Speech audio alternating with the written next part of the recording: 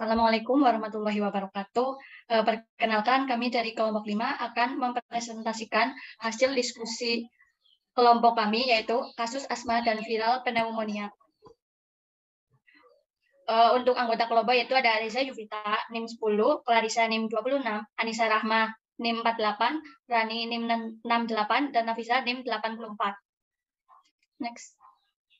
Untuk topik bahasan yaitu ada kasus, patofisiologi, metode SOA, penata laksanaan terapi, KIE, monitoring, dan kesimpulan. Next. Untuk kasusnya, nama pasien Ananda C dengan nomor rekam medis sekian, alamat Gedendeng, status jaminannya tidak ada, umurnya 8 tahun, berat badannya 22,7 kilo, tinggi badannya tidak ada, jenis kelaminnya perempuan. Next. Kemudian untuk riwayat pasien, untuk riwayat atau keluhan dari MRS, pasien dibawa ke IGD dengan riwayat sejak 2 hari yang lalu menderita demam, malaise, dan batuk non-produktif. Pasien sudah diterapi dengan menggunakan paracetamol dan ibuprofen untuk demamnya. Pasien merasa kesulitan bernafas sebelum dilarikan ke rumah sakit, dan sudah diberikan inhalasi salbutamol 2 kali 2,5 mg dalam 1 jam, tetapi pasien masih sesak. Selama ini asma pasien terkontrol, hanya kambuh jika kelelahan. Pemeriksaan di IGD, Ananda C kesulitan bernafas, hanya bisa mengucapkan 4-5 kalimat, ekstraksi subkostal, serta takip pneu. Untuk riwayat penyakitnya, ada asma yang terakhir kali dirawat 4 tahun yang lalu. Kemudian untuk riwayat keluarga, ayah menderita asma dan merokok. Untuk riwayat obat atau suplemennya, ada salbutamol 2,5 mg nepul tiap 4-6 jam jika sesak. Fluticasone propionat 44 mikrogram MDI 2 puff 2 kali sehari. Kemudian ada paracetamol 320 mg tiap 4 jam apabila demam secara per oral. Kemudian ada ibuprofen 200 mg secara per oral tiap 6 jam. Untuk riwayat lifestyle-nya itu tidak ada, untuk alerginya disangkal dengan diagnosa eksaserbasi asma dengan viral pneumonia. Next. Kemudian untuk parameter penyakit bisa dilihat di tabel tersebut. Kemudian untuk data laboratorium juga bisa dilihat di tabel tersebut dengan pemeriksaan penunjang lainnya itu dengan respiratory viral panel nasal swab yang menghasilkan data yaitu ada positif influenza serta ada pemeriksaan rongsen toraks dengan kemungkinan efusi di paru. Untuk penyebabnya sendiri, asma itu bisa disebabkan karena adanya genetik, yaitu yang berasal dari orang tua penderita asma. Kemudian ada rangsangan lingkungan, kemudian ada alergen, ada infeksi ibu dan merokok selama kehamilan, kemudian ada asap, tembakau atau rokok, cara persalinan, penyakit pernapasan virus, obesitas, diet, kebersihan, dan paparan racun. Dan itu asma juga dapat diinduksi atau dipicu oleh beberapa obat, misalnya ada golongan beta blocker, serta aspirin atau NSAID lainnya. Kemudian untuk viral pneumonia pada anak-anak itu sering disebabkan karena infeksi oleh virus. Munculnya sindrom pernapasan akut yang parah, virus avian influenza atau H5N1, serta virus influenza A. Kemudian penularan virus influenza juga terjadi ketika individu yang rentan bersentuhan dengan aerosol atau vomites pernapasan dari individu yang terinfeksi. Next. Kemudian ada patofisiologis. Untuk patofisiologi dari asma, dia itu dari penderita asma itu memiliki peradangan tipe 2, inflamasi pada saluran nafas tipe 2 pada fever asma mengakibatkan sel TCD4 dengan fenotipe TH2 menghasilkan IL4, IL5, dan IL13. Untuk IL13 akan meningkatkan regulasi gen epitel saluran nafas seperti periostin dan menginduksi produksi lendir. Untuk IL4, yaitu sangat penting dalam mendorong isotop sel plasma untuk menghasilkan IgE. Sedangkan untuk IL5 terkait dengan eosinofil saluran nafas dan perubahan epitel terkait peningkatan ekspresi eotaksin dan inducible nitric oxide. Next. Kemudian untuk patofisiologi dari viral pneumonia, yaitu adanya korelasi yang signifikan antara tingkat interleukin, ada IL6, IL10, dan IL15, serta keparahan penyakit. Inisiasi viral load nasofaring atau endotrakeal serupa di antara pasien dengan keparahan penyakit, oleh karena itu yang menentukan tingkat keparahan penyakit di awal infeksi itu bukan dari viral load. Next, untuk faktor resiko dari asma sendiri itu adanya paparan polusi, kemudian ada perokok, kemudian ada obesitas, pekerjaan, serta genetik. Sedangkan faktor risiko dari viral pneumonia ada lansia dengan usia di atas 45 tahun yang memiliki komorbid, anak-anak kurang dari 5 tahun dengan penyakit kardiopulmoner kronis, pria, faktor gaya hidup seperti merokok, alkohol, serta kekurangan gizi, serta seseorang yang mengkonsumsi imunosupresan seperti glukokortikoid, pasca kemoterapi, HIV, atau penerima transplantasi. Yang selanjutnya adalah metode SOAP. Tujuan dari terapi yaitu adalah mengendalikan asma dengan eksaserbasi severe pasien, menangani viral pneumonia, mengurangi efusi di paru, dan menurunkan demam. Adalah tabel dari metode SOAP. Berdasarkan data subjektif dan objektif, pasien mengalami problematik yaitu asma dengan eksaserbasi severe, viral pneumonia, dan juga efusi di paru. Untuk terapinya asma yaitu dilakukan dengan meminum salbutamol, kemudian ipratropium bromide, dan juga fluticasone propionat dengan terapi non-farmakologis yaitu mengidentifikasi dan menghindari faktor pemicu, kemudian berhenti merokok, dan melakukan latihan pernafasan secara teratur. Untuk terapi viral pneumonia, pasien meminum ibuprofen dan juga paracetamol. Untuk terapi non-farmakologisnya, meminum cukup air, istirahat pendinginan eksternal seperti mengenakan pakaian tipis. Kemudian untuk problematik evolusi di paru, terapinya yaitu belum indikasi terapinya, dan untuk terapi non-farmakologisnya dilakukan toracentesis, penempatan tabung torakostomi, dan torakoskopi dengan pleurodesis yang menyebabkan selaput di sekitar paru-paru, dan mencegah penumpukan cairan atau udara di rongga pleura. Next. Untuk penata laksanaan terapi asma, yang pertama itu ada next. Untuk terapi penata laksanaan yaitu yang pertama ada terapi non-farmakologis dengan cara terapi O2 yaitu terapi oksigen dengan 3 liter per menit nasal kanul dan saturasi oksigen telah mencapai 94%. Kemudian dengan smoking cessation advice yaitu menghimbau perokok untuk keluar atau tidak berada di sekitar pasien. Selanjutnya dengan aktivitas fisik dan identifikasi AERD karena gejala asma dapat dipicu oleh salah satunya NSAID, maka perlu dihindari penggunaan ibuprofen. Next. Selanjutnya ada tepat indikasi pada asma, yaitu pada eksaserbasi pasien anak 8 tahun. Pasien berdasarkan riwayat mengalami eksaserbasi severe sehingga diterapi dengan kombinasi SABA sama O2 dan juga sistemik kortikosteroid. Untuk kontrolernya, karena pasien itu termasuk ke dalam step 3, maka diberikan medium ICS dose. Next.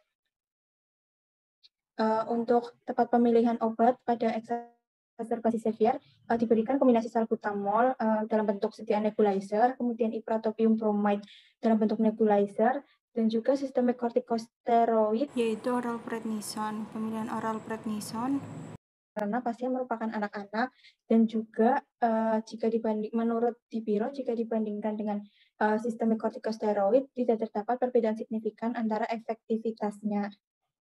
Next.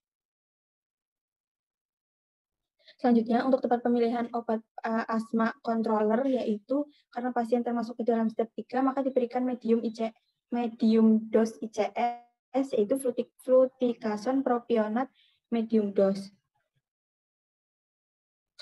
Selanjutnya, dapat penilaian pasien berdasarkan riwayat, pasien tidak mengalami kontraindikasi pada obat salbutamol, ipratropium, kemudian tidak mengalami kontraindikasi pada prednison, serta tidak mengalami kontraindikasi pada fluticasone propionat, sehingga pasien dapat diberikan obat-obat tersebut. Selanjutnya, ada tepat dosis, cara, interval, dan lama pemberian. Untuk dosis salbutamol diberikan sebesar 3,405 mg dengan interval pemberian setiap 20 menit untuk 3 dosis. Untuk dosis ipratropium bromide diberikan 250 mikrogram dengan interval pemberian setiap 20 menit untuk 3 dosis. Salbutamol dan ipratropium digunakan saat asma dengan bentuk sediaan nebulizer. dikombinasikan untuk pemberian 1 jam pertama. Selanjutnya salbutamol diberikan 1-4 jam dan ipratropium diberikan setiap 2-4 jam. Untuk dosis prednison anak diberikan 22,7 mg dalam 2 dosis terbagi secara oral selama 3-5 hari. Kemudian untuk dosis fluticasone propionat, pasien diberikan 44 mikrogram MDI 2 puff 2 kali sehari. Selanjutnya, untuk waspada efek samping, untuk salbutamol dapat menyebabkan tremor, takikardia umum, dilaporkan pada penggunaan awal sabat termasuk salbutamol inhaler. Selanjutnya, untuk ipratropium bromide dapat menyebabkan mulut kering dan rasa pahit pada mulut. Untuk oral prednison dapat menyebabkan efek samping pada pemberian jangka pendek seperti gangguan tidur, reflux, nafsu makan meningkat, hiperglikemia, dan perubahan suasana hati. Untuk fluticasone propionat yang termasuk ICS dapat menyebabkan efek samping lokal seperti orofaringeal, candidiasis, dan dysphonia. Selanjutnya, penata laksanaan terapi untuk viral pneumonia. Next. Terapi non-farmakologis ini disesuaikan untuk infeksi influenza tipe A, yaitu pasien harus tidur dengan cukup dan menjaga aktivitas, kemudian pasien harus banyak istirahat dan tinggal di rumah untuk mencegah penyebaran virus. Kemudian asupan cairan yang cukup, mengurangi gejala seperti batuk ini dapat diberikan dengan teh hangat atau sup. Kemudian untuk mengurangi demam dapat dengan minum cukup air, istirahat cukup, dan tindakan pendinginan eksternal. Next. Untuk guideline dari viral pneumonia ini, karena gejala-gejala dari viral pneumonia ini dialami sebelum dari rumah sakit atau dialami di rumah, maka pasien with community acquired pneumonia. Kemudian setelah adanya tes atau indikasi bahwa pasien itu positif dari influenza, maksudnya di sini adalah tesnya positif, kemudian diterapi untuk gejala yang dari virus influenza. Kemudian di sini viral patogen yang di sebelah kanan ini, karena pasien memiliki peningkatan dari leukosit, maka masuknya imunokompeten, dan di sini masuknya yaitu virus influenza. Untuk obatnya yaitu golongan neuraminidase inhibitor. Next. Tepat indikasi, pasien 8 tahun dengan gejala malaise, batuk produktif, kesulitan bernafas, pasien diindikasikan pneumonia, kemudian setelah dilakukan tes, ternyata ada hasil positif dari respiratory viral panel nasal swab, yaitu positif influenza A dengan kemungkinan H1N1 strain. Kemudian hasil dari ronsen toraks, bagian right lower lobe ada konsolidasi pneumonia dan kemungkinan defusi. Ini sama jalurnya seperti di guideline. Kemudian terapi obatnya yaitu golongan inhibitor neuraminidase. Kemudian pasien juga mengalami gejala demam suhunya 38,7 derajat Celcius, diobati dengan antipiretik. Next. Tempat pemilihan obat, ini viral pneumonia karena influenza, obatnya adalah neuraminidase inhibitor. Karena influenzanya A, kemudian obatnya ada oseltamivir. Oseltamivir di sini dipilih karena mengatasi pneumonia dengan virus H1N1 dan tidak membuat riwayat asma yang dimiliki pasien menjadi lebih buruk. Kemudian dibutuhkan juga paracetamol untuk mengurangi demam yang termasuk gejala viral pneumonia. Untuk ibuprofen dihentikan penggunaannya karena merupakan golongan NSAID yang dapat memicu asma. Next. Untuk penilaian tepat pasien ini, pasien tidak mengalami kondisi yang dikontraindikasikan pada oseltamivir seperti alergi dan hipersensitivitas dari oseltamivir. Kemudian pasien juga tidak resisten terhadap oseltamivir. Untuk pasien ini juga tidak dikontraindikasikan obat paracetamol seperti tidak hipersensitivitas terhadap acetaminophen ataupun gangguan atau penyakit hati parah. Next. Untuk tepat dosis, cara interval dan lama pemberian, dosis paracetamol untuk pasien 320 mg, interval pemberian tiap 4 jam, cara pemberiannya per oral, lama pemberiannya diberikan saat demam hingga reda, kemudian dosis oseltamivir pasiennya ini 45 mg, cara pemberiannya per oral, interval pemberian 2 kali sehari atau setiap 12 jam, lama pemberian selama 5 hari. Next. Waspada efek samping dari oseltamivir ini, mual merupakan efek samping yang paling sering terjadi pada anak-anak, yaitu 16% anak usia 1-12 tahun. Kemudian dari paracetamol yang dapat menyebabkan hepatotoksisitas. Next. Kemudian penata laksanaan terapi efusi pleura. Next. Terapi non-farmakologis untuk efusi di paru atau efusi pleura ini terapinya dapat dengan torasentesis untuk penarikan cairan ataupun diagnosis. Next. Tepat indikasinya dari data Ronson ada kemungkinan efusi, kemudian ada peningkatan kadar neutrofil sebesar 91% dan RBC-nya sebesar 310.000 per miligram kubik yang mengindikasikan bahwa pasien mengalami efusi pleura para pneumonik. Kemudian pasien yang diduga mengalami efusi pleura dapat dilakukan tes CT scan dan X-ray lalu dilanjutkan dengan USG dada. Dari hasil pemeriksaan ronsen didapatkan bahwa pasien mengalami tadi yaitu di right lower lobe consolidated consistent with pneumonia dan kemungkinan adanya efusi. Hasil sentuhan tersebut akan mendasari dari adanya lokulasi pleura ataupun non-loculated yang sama-sama terapinya yaitu toracentesis untuk penarikan cairan ataupun untuk diagnosis penyebabnya. Next. Selanjutnya yaitu KIE. KIE yaitu komunikasi kepada dokter dan perawat yang merawat pasien. Pertama yaitu pada dokter melaporkan bahwa pasien mengalami asma sesertasi severe.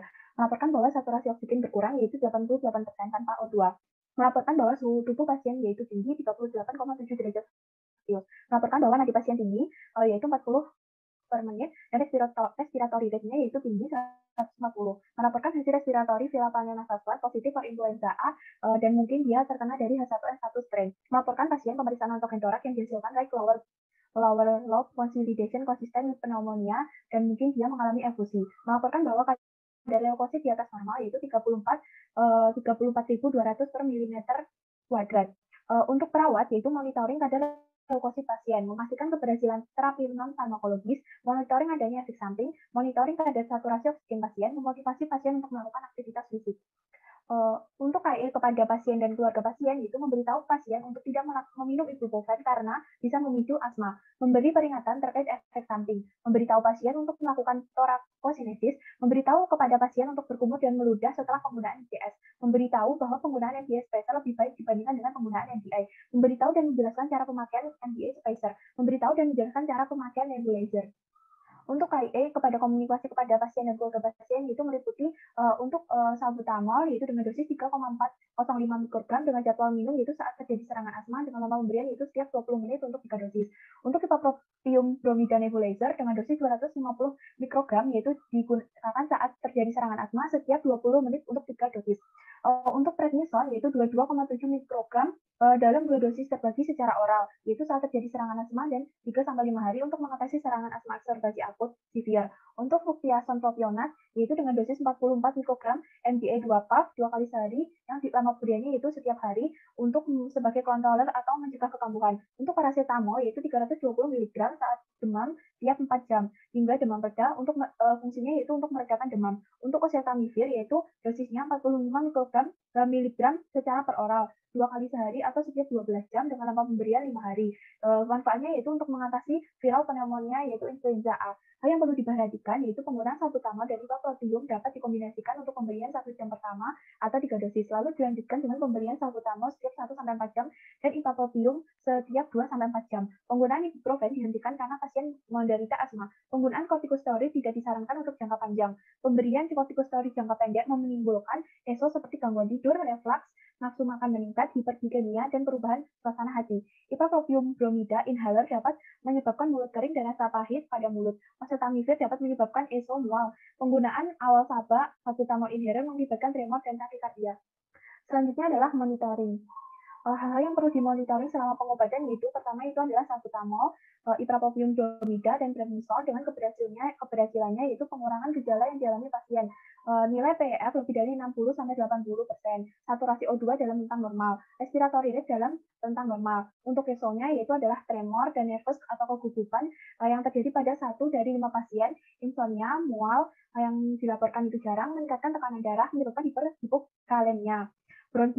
Untuk iprapropium bromida yaitu bronkitis, mual, mulut kering, kulit kemerahan, dyspnea, gejala common cold, pusing, sinusitis, dispepsia, sakit punggung, takikardia, dan aritmia. Untuk prednisone yaitu gangguan tidur, reflux, nafsu makan meningkat, hiperglikemia, perubahan suasana hati. Untuk tes keberhasilannya, untuk salbutamol, iprapropium bromida, dan prednisone yaitu gejala mereda atau menghilang dan respon yang baik yang ditandai dengan PEF lebih dari 60-80% selama 3-4 jam, meningkatkan pengendalian gejala dan mempertahankan aktivitas normal. Untuk fluktuason propionat, yaitu keberhasilannya jika kekambuhan asma berkurang. Saturasi O2 dalam rentang normal. Untuk efek sampingnya yaitu kandidiasis dan distonia, kekelahan, malaise, sakit kepala, oral kandidias, artagia, nyeri muskuloskeletal, sinusitis, infeksi saluran pernafasan atas, hidung tersumbat, rinitis, dan lainnya. Untuk target keberhasilannya yaitu untuk mencapai kontrol gejala yang baik dan mempertahankan tingkat aktivitas normal. Untuk meminimalkan risiko kematian terkait asma, eksaserbasi, keterbatasan aliran udara persisten, dan efek samping. Selanjutnya untuk paracetamol keberhasilannya yaitu suhu tubuh yaitu normal 36-37 derajat Celcius dan leukositnya normal. Untuk ESO-nya yaitu hepatotoksisitas, tapi keberhasilannya itu demamnya turun dalam rentang 30 normal yaitu 36-37 derajat Celcius. Leukosit dalam rentang normal. Untuk oseltamivir yaitu target keberhasilannya itu mengurangi gejala dengan onset waktu yang cepat. Untuk efek sampingnya mual yaitu paling banyak dilaporkan dan target keberhasilannya itu meningkatkan kelangsungan hidup yang lebih baik pada pasien penyakit kritis dengan pneumonia influenza, menurunkan lama rawat ISU dalam durasi ventilasi. Selanjutnya kesimpulan. Untuk kesimpulannya, problematik sesuai diagnosa yaitu asma dengan eksaserbasi severe, bila pneumonia dengan demam terjadi saat efusi paru. Penasalasan terapi asma dengan eksaserbasi severe dengan pemberian salbutamol nebulizer, iprapropion bromida, salbutamol dan iprapropion bromida digunakan secara bersamaan dapat dikombinasikan. Dan untuk lontarannya menggunakan fluktuason propionat. Penasalasan terapi farmakologis yaitu viral pneumonia itu dengan menggunakan oseltamivir. Untuk gejala demamnya digunakan paracetamol secara per oral dan pada efusi pleural nanti dilakukan tes laboratorium dan tes X-ray, kemudian tes sound, kemudian untuk menarikan carian diagnosis penyebab efusi pleural dilakukan dengan torakokinesis. Selanjutnya adalah data referensi yang digunakan. Sekian presentasi dari kelompok kami. Kurang lebihnya mohon maaf. Terima kasih. Wassalamualaikum warahmatullahi wabarakatuh.